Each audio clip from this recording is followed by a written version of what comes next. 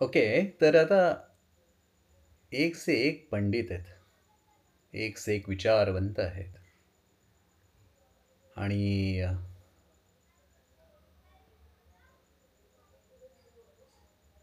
कशाचंच काही प्रचिती, अनुभूती, अनुभव कशाचाच होत नाही आहे. पण खूप विचार करून करून, गहन विचार करून करून त्याच्याबद्दल केवढं बोलत बसतात. म्हणे या सृष्टीचा कर्ता, या सृष्टीचा पालन करता आणि या सृष्टीचा संहारक तो ईश्वर एकच आहे.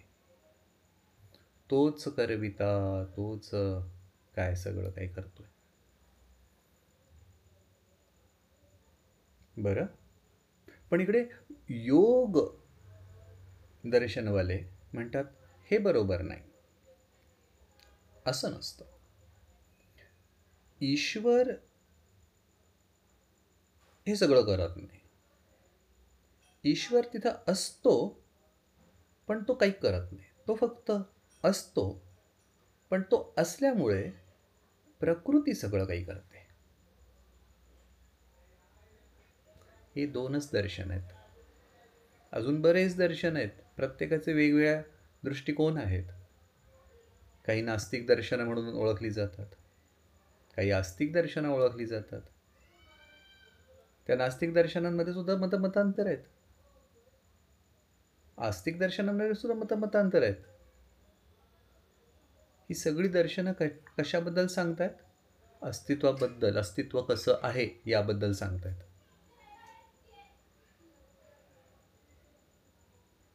हे दृष्टिकोन जरी म्हटलं तरी बऱ्याचदा एकाच पदार्थाकडे एकाच दृष्टिकोनातून बघून सुद्धा यांचे प्रत्येकाचे मतमतांतर आहेत.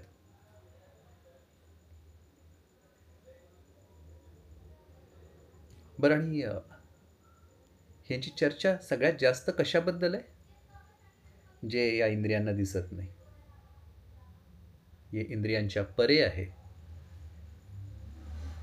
जे सर्वसामान्य समजणार नाही, कधी अनुभवाला येणार नाही, जिवंतपणी तरी अनुभवाला येणारच नाही आहे.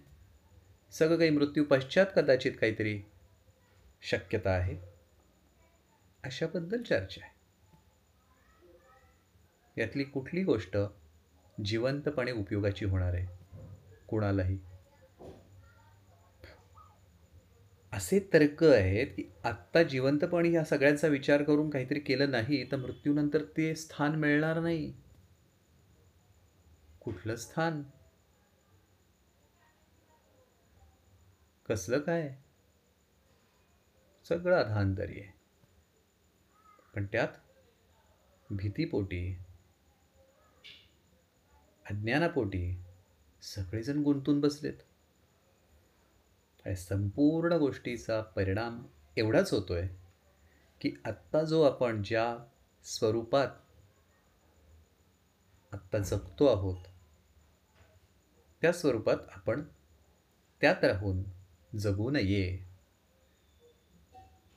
म्हणजे एखाद्या गाडीतून प्रवास करतोय आपण, तर त्या गाडीतून खिडकीतून बाहेर बघावं, आनंद घ्यावा.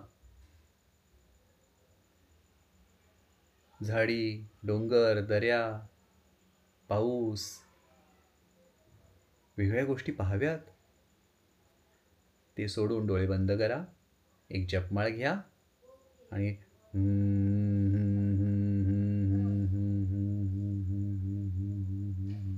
चालू ठेवा. कशाचं तरी अनाकलनीय चिंतन करा. अनाकलनीय चिंतन होऊच शकत नाही. जे डोक्यात घातलंय त्याचंच चिंतन करताय. जे वास्तवात नाही आहे अशी काहीतरी कल्पना केली, त्याचं चित्र तुमच्या डोळ्यासमोर घातलंय, त्यालाच दिव्य म्हटलं गेलंय सगळ्यांनी, आणि त्याचंच चिंतन करताय.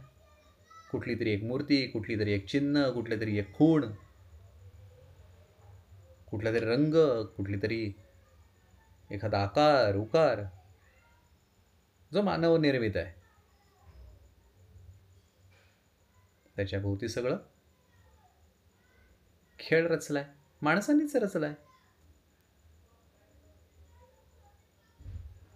याच्यातून खरंच काही घडू शकेल असं खरंच आतल्या, अतिशय आतल्या आपल्या प्रामाणिकपणाला आपण विचारून बघा. उत्तर तिथूनच येईल. धन्यवाद.